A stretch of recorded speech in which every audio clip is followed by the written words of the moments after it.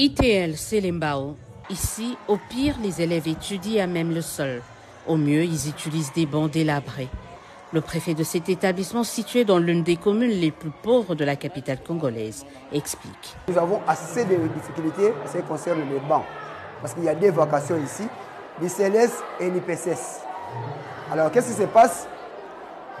À l'avant-midi, dans une salle de classe, on peut trouver qu'il y a 20 bancs qui peut contenir aussi 40 élèves, par exemple. Et les après-midi, la même salle doit contenir au moins plus d'élèves que l'avant-midi. Et maintenant, les élèves, quand ils arrivent ici, ils font aussi un travail de déplacer les bancs. Ils vont aller prendre les bancs dans les salles où il y a beaucoup de bancs pour les mettre dans les salles où il y a moins de bancs. Mais désormais, cette situation appartient au passé. Grâce au président de la République, Félix-Antoine Tshisekedi, le service national des mains de son commandant, le lieutenant-général Jean-Pierre Kasson-Okabouik, vient de remettre à cette école 300 bancs. Forcément, la gratitude est au rendez-vous.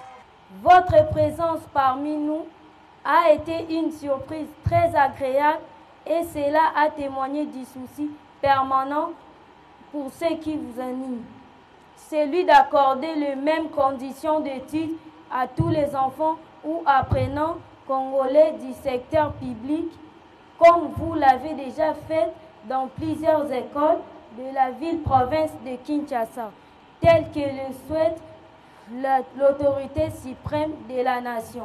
Nous vous prions de trouver ici, Monsieur le commandant du service national, je cite le lieutenant général Jean-Pierre Kasson-Okabouik, l'expression de notre profonde gratitude pour ces gestes qui dorénavant sera gravé en lettres d'or dans les annales de l'histoire de cette institution scolaire publique. De Selembao, destination Bumbu. Autant dire que la pluie qui s'est abattue ce mercredi à Kinshasa n'a pas eu raison de la caravane du service national. À l'instar de l'ITL Selembao, le complexe scolaire Iti Bumbu a lui aussi eu droit à 300 bancs estampillés service national.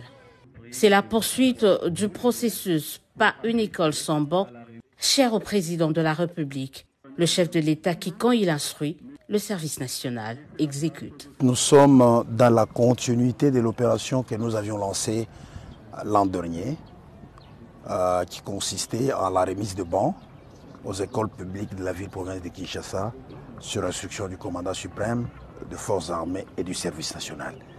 Et donc aujourd'hui, nous nous retrouvons dans cette enceinte où il y a 3 écoles qui ont bénéficié d'un premier lot, j'insiste, c'est un premier lot de 300 bancs sur les 900 bancs qui sont prévus. Il y a 3 écoles ici, c'est un très grand complexe où il y a 3 écoles et ces complexes regorgent plus ou moins 4500 élèves. Les besoins sont importants, mais on est en train d'avancer mollo mollo. On arrivera vraiment à résorber les déficits en bancs qu'il y a dans cette école dans les tout prochains mois, disons avant la fermeture de l'année scolaire 2024-2025. L'opération est loin de toucher à sa fin.